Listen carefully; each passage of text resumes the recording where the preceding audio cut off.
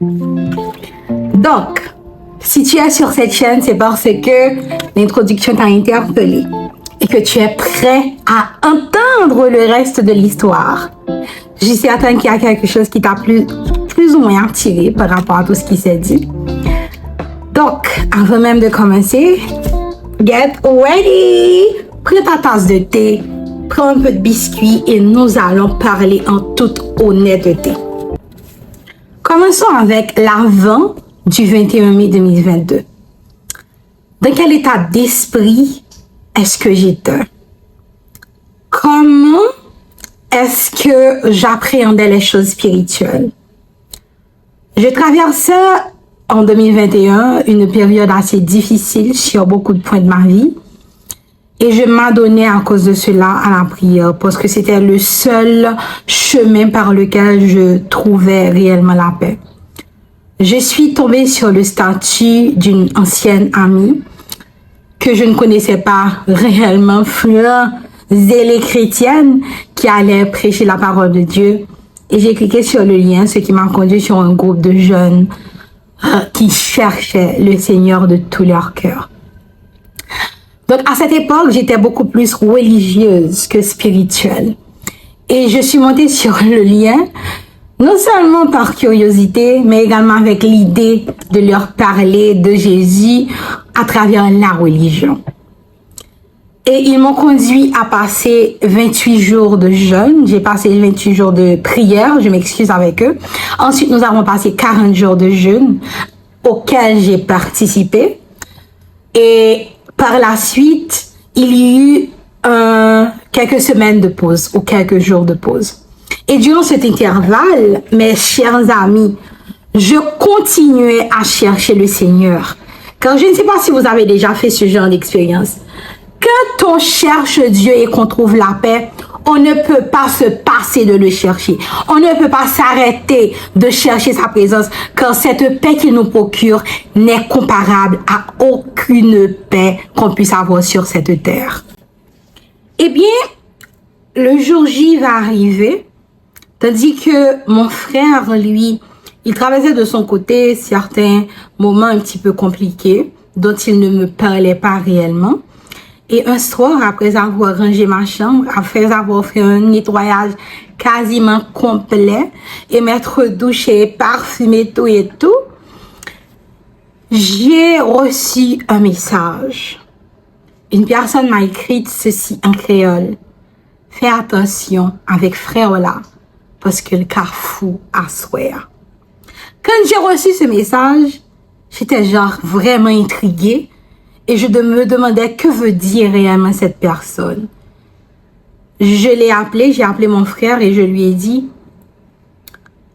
tu sais, je sais que tu fréquentes une fille que je n'aime pas trop.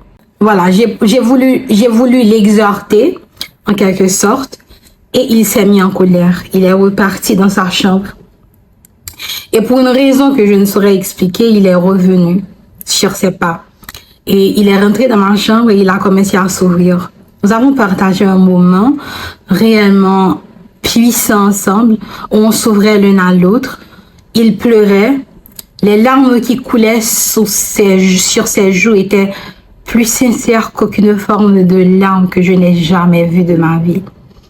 Il hurlait, il pleurait, il disait qu'il avait l'impression que Dieu n'écoutait pas ses prières, que rien n'allait dans sa vie, qu'il ne se portait pas bien, tout et tout. Et après m'être ouverte avec lui, nous nous sommes entendus de prier. Nous avons voulu passer un petit moment en prière avant d'aller nous reposer, quoi. Et puis, je lui ai dit, OK, on va prier. On a commencé à entonner ce chant, titré Oui, tout est bien, dans notre recueil de chants. Et par la suite, nous nous sommes entendus pour lire 7 psaumes que nous retrouvons dans la Bible. Nous avons commencé par lire 7 psaumes. Et après la lecture des psaumes, nous nous sommes mis à genoux. Et puisqu'il était faible, dû au fait qu'il avait beaucoup pleuré, je me suis dit pourquoi ne pas prier à sa place. Et j'ai commencé à prier. Vous pouvez ne pas me croire, mais les premiers mots qui sont sortis de ma bouche ne venaient intégralement pas de moi. Je ne savais pas d'où venaient ces paroles que j'avais prononcées ce soir, mais cette prière était carrément inspirée et venait directement du spirituel. Je m'entendais prier, je savais que c'était moi qui parlais, mais ce que je disais ne venait pas de mon cerveau, ne sortait pas de mon cerveau. Je n'ai pas réellement les mots pour vous décrire ce que je dis là maintenant parce que ça paraît chelou et moi également ça paraissait un petit peu chelou pour moi au moment X. Et oui, le Saint-Esprit, comme je l'ai compris plus tard, a prié à ma place. Et après quelques secondes, j'ai entendu la voix de mon frère hurler: moi c'est l'Éternel des armées, qui se traduit par je suis l'Éternel des armées. J'étais choquée. Je ne savais pas que penser, je ne savais pas que faire. Mais une chose est certaine, c'est que mon âme a reconnu que c'était la présence de Dieu qui était dans la chambre. Je n'ai pas les mots justes pour l'expliquer, mais mon âme l'a reconnu. Je me suis prosternée face contre terre, ne sachant même pas pourquoi. J'ai commencé à pleurer toutes les larmes de mon corps, car je me suis sentie sale en la présence de Dieu. Et par la suite, tu attendais que je te parle de tout ce qui s'est passé?